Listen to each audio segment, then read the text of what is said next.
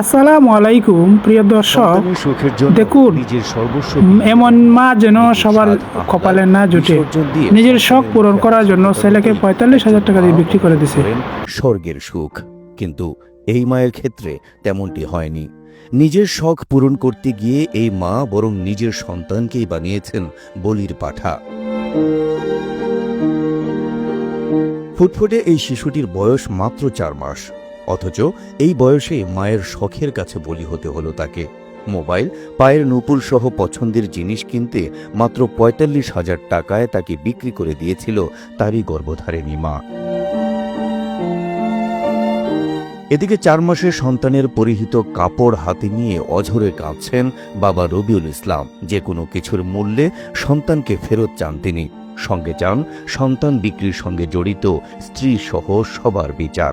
যার কাছে বেচছে তারা খোঁজ খবর নেয় যে তার স্বামী আছে কিনা না আছে, এটা না জানাই তার কাছ থেকে সন্তানটাকে কিনছে। আমি তাদেরও বিচার চাই এবং যার মাধ্যমে বেচছে তারও বিচার চাই। বান্ডেল থাকলে প্রতি সেনমানিতে টাকা বাঁচবে। বিকাশ সেনমানি বান্ডেল কিনে জিতুন প্রতি লেনদেনে।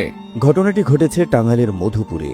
স্থানীয় পন্ডুরা শেওড়াতলা গ্রামের রবিউল ইসলামের স্ত্রী লাভনী আক্তার চলতি মাসের 12 তারিখে নিজের 4 মাসের সন্তানকে মাত্র 45,000 টাকায় বিক্রি করে দেন একই জেলার ভুইয়াপুর উপজেলার অলুয়া গ্রামের নিঃসন্তান হোসেন আলীর কাছে।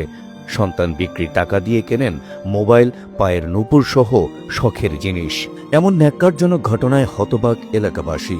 চাইলেন মা নামের এই নারীর উপযুক্ত বিচার। 4 বছরের বাচ্চা, ঠিক আছে, এটা বেচার মতো কোনো মানে আসে না। এখন আমার বাইশটা যদি ফিরে আইসে আবার ফিরে, আমি নিজেও কখনো করতে পারি না যে বাইশটা ফিরে আবো। তখন আমার বাইশটা আইসে, আমার বাইশটা আমার নিজে পোলার না গাওয়াই দেখি। 45,000 টাকা বিক্রি করছে, সেই টাকা দিয়ে নুপুর কিনছে, নাকফুল কিনছে, নতুন কাপড় চোপড় কিনছে, বোরখা কিনছে। মানুষ তো বাজারে বিক্রি করার জিনিস না, গরু ছাগল যে বেচা ফেলাইলাম, মা নিজের মা হইয়া কেমন করে বাচ্চা বেচলো। ঘটনার 1 সপ্তাহ পর পুলিশ সন্তানসহ মাকে আটক করতে সক্ষম হয়। বর্তমানে শিশুটি পুলিশের হেফাজত থেকে পরিবারের কাছে পাঠানোর প্রক্রিয়া চলছে। আটক রাখা হয়েছে অভিযুক্ত সেই মাকে। এ বিষয়ে আইনি প্রক্রিয়া চলমান আছে বলে জানালেন এই পুলিশ কর্মকর্তা। আমরা পরে জানতে পারি যে সে 40,000 টাকার বিনিময়ে তার বাচ্চাটাকে বিক্রি করেছে। এটা মূলত প্রথমে অভাব বা তার কিছু শখ পূরণ করার জন্য।